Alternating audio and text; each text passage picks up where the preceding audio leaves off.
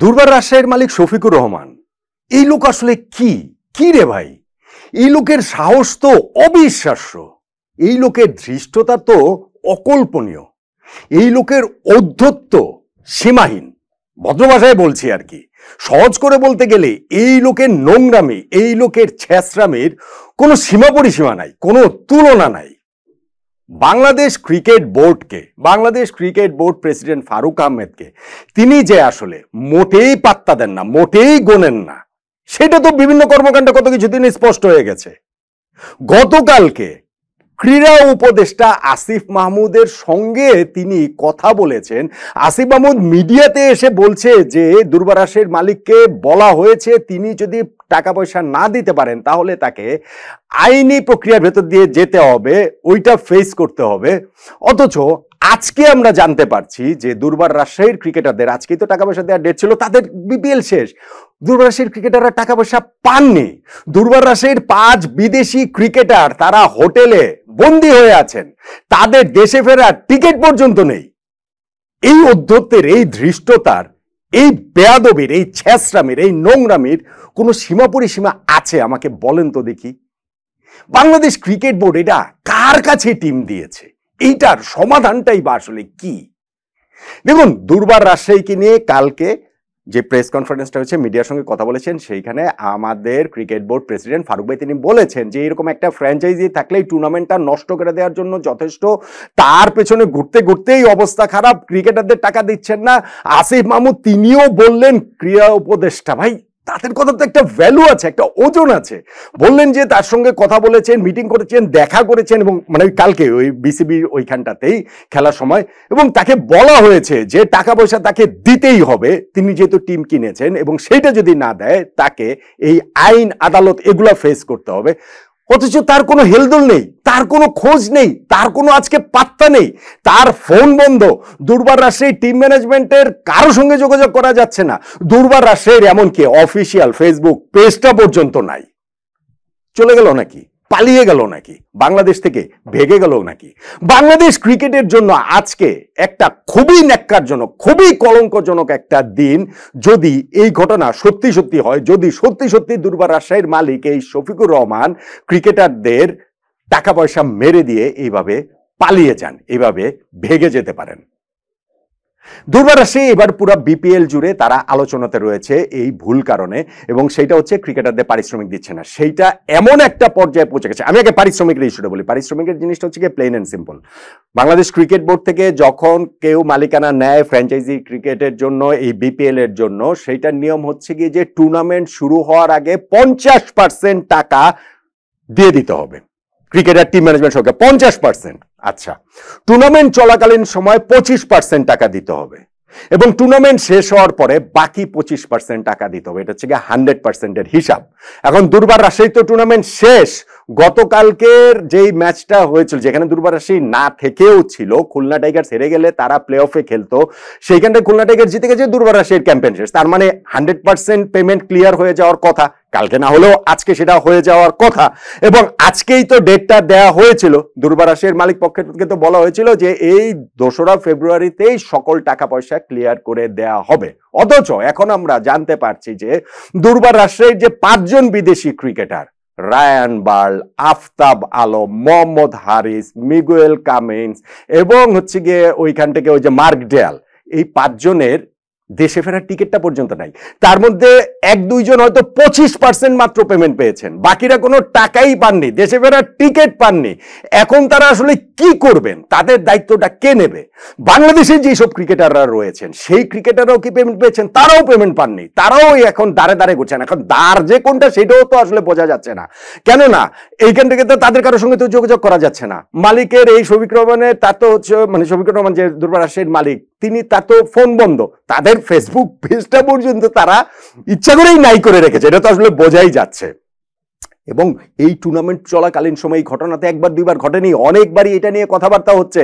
দুর্বার রাজশাহীর ক্রিকেটাররা তারা সবাই মিলে প্র্যাকটিস চট্টগ্রামে বয়কট করেছেন। আনপ্রেসিডেন্টেড বাংলাদেশের ক্রিকেট ইতিহাসে, বিপিএল এর যে এত বছরের ইতিহাসে এই ঘটনা কোনোদিন ঘটে নাই যে ভাই পেমেন্ট ইস্যুতে একটা দলের সব ক্রিকেটার মিলে তারা প্র্যাকটিস বয়কট করছেন। ঠিক আছে, টিম ম্যানেজমেন্ট থেকে তখন একটা ব্যাখ্যা ভুংভাগ একটা বুঝিয়ে দেওয়া হয়েছে যে না এটা হচ্ছে ক্রিকেটাররা তারা রেস্ট নিতে চেয়েছেন সেই কারণে আমরা প্র্যাকটিস করিনি, ফাইন।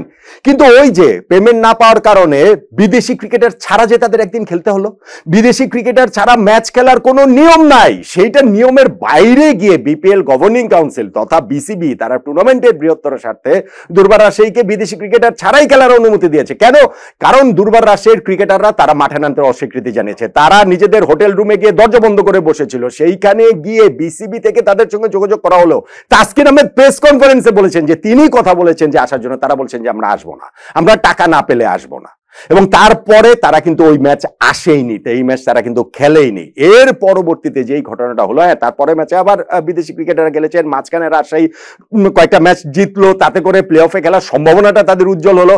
নিশ্চিতভাবেই দুর্বার রাজশাহীর মালিক পক্ষের তখন ধুকপুকানি আরো বেড়ে গিয়েছিল, যদি আমরা প্লে অফে খেলি তাহলে তো ক্রিকেটারদের, এই বিদেশি ক্রিকেটারদের এক্সট্রা টাকা দিতে হবে, ক্রিকেটারদের বোনাস, এর মধ্যে আবার বোনাস দেওয়ার কথা একদিন আবার ইন্টারভিউতে তিনি বলেছিলেন যে অফিসিয়াল ব্রডকাস্টারে, আমরা তো ম্যাচ জিতলে সবসময় বোনাস দেই, আমাদের তো সেই হিসাব তো রয়েছে। অথচ নিশ্চিতভাবে যখন প্লে অফে ওঠার হিসাবটা আসলো, ধুকপুকানি বেড়ে গিয়েছিল যে এখন এই যে ক্রিকেটার মানে এক্সট্রা টাকা দিতে হবে, হোটেলের বাড়তি টাকা গুনতে হবে, টিএ দিয়ে টাকা দিতে হবে, টিএ দিয়ে টাকাও গত 2 সপ্তাহ ধরে ক্রিকেটাররা পাচ্ছেন না, নাকি এই বিদেশি ক্রিকেটাররা পাচ্ছেন না।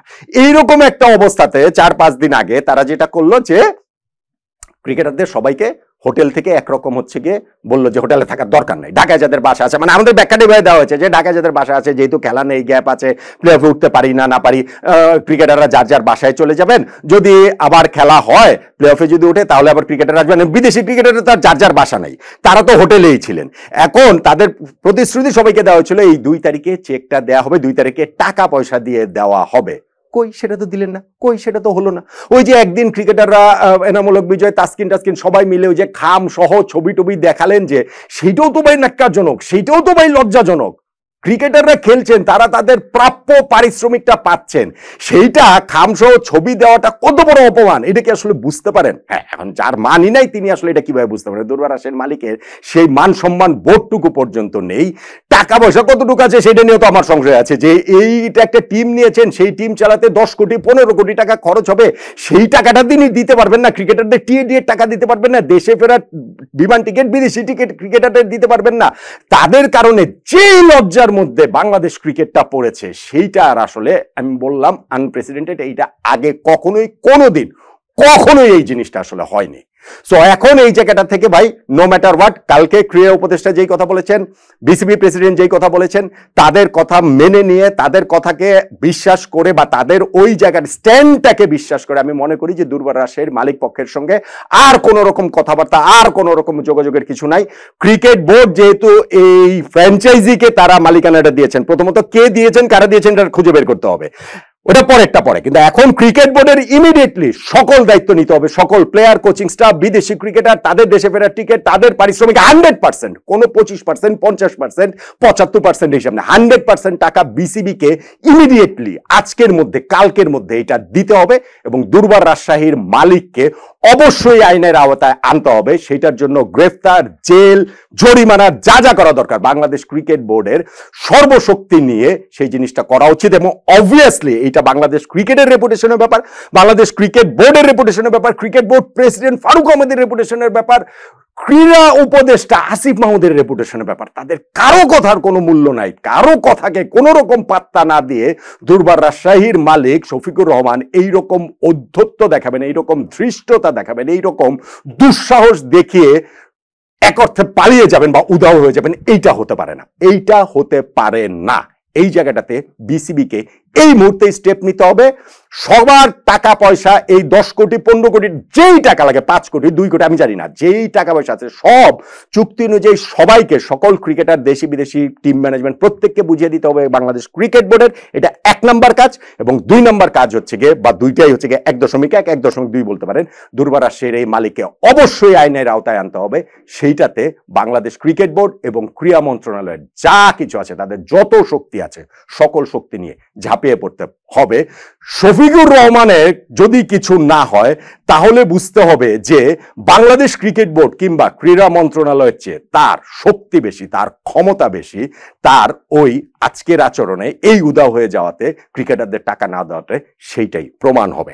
এখন বল আমি মনে করি বাংলাদেশ ক্রিকেট বোর্ড এবং ক্রীড়া মন্ত্রণালয়ের কোর্টে তারা কি সেই ভীষণ রকম কঠিন স্টেপটা এবং যৌক্তিক স্টেপটা নিতে পারবেন তারা?